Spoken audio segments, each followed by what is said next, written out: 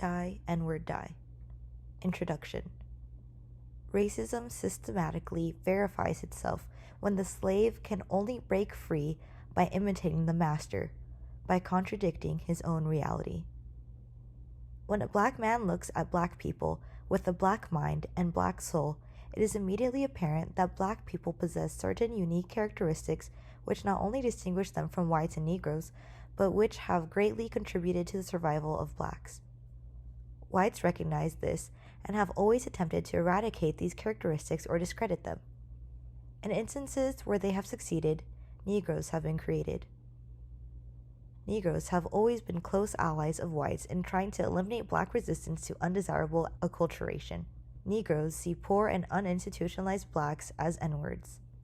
They find it necessary to prove to whites that they are not N-words, failing to recognize that whites see all black people as N-words, no matter how rich or poor. Some blacks prefer to be called Negroes because they like to distinguish themselves from other blacks. They fear that if they call themselves blacks, they might antagonize whites. And if they antagonize whites, they would lose their position as Negroes, the white-appointed overseers of blacks. Thus, Negroes have always tried to aid and impress whites by eliminating blackness. Negroes know that whites prefer institutionalized blacks, i.e., blacks who give their allegiance to white cultural, political, social, and economic institutions. Non-institutionalized blacks are difficult to control because their allegiance is to blacks and not to white institutions. It is Negroes who strain to send their children to white schools so that the N-word in them may be killed and they may thereby become better institutionalized. Any action or behavior which is not endorsed by whites, Negroes consider acting an N-word. What was acting an N-word 2 years ago is now accepted as soul. Naturally, this was endorsed by whites before being accepted by Negroes. The conversation in Negro America has always been, what are we going to do about them N-words? Never, what are we going to do about them white folks? Negroes said, N-words holding us back, N-words ain't ish, don't go around acting an N-word.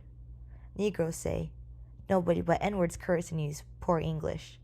Nobody but N-words steal. Nobody but N-words are always loud. Nobody but N-words listen to the blues.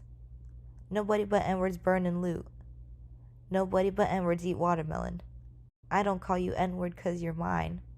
I'll call you N-word 'cause you shine. While Negroes are saying this about poor and uninstitutionalized blacks, whites also say this about all blacks. The Negro, being unable to recognize who is the true enemy, becomes an enemy of blacks. Negroes prefer living to being free. To be black in this country is to be an N-word. To be an N-word is to resist both white and Negro death. It is to be free in spirit if not body. It is a spirit of resistance which has prepared blacks for the ultimate struggle. This word, N-word, which is taboo in Negro and white America, becomes meaningful in the black community. Among blacks, it is not uncommon to hear the words my N-word addressed to a brother as an expression of kinship and brotherhood and respect for having resisted, or he's a bad N-word, meaning he'll stand up for himself. He won't let you down. He'll go down with you.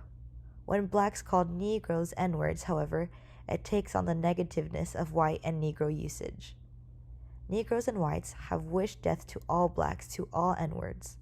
Their sentiment is die N-word die, either by becoming a Negro or by institutionalized or active genocide. Blacks know, however, that no matter how much or how hard Negroes and whites may try, ultimately it will be the Negro and his allies who will die, die, die. America calling, Negroes. Can you dance? Play foot, baseball, nanny, cook? Need and now, Negroes, who can entertain only, others not wanted, and are considered extremely dangerous. Don L. Lee.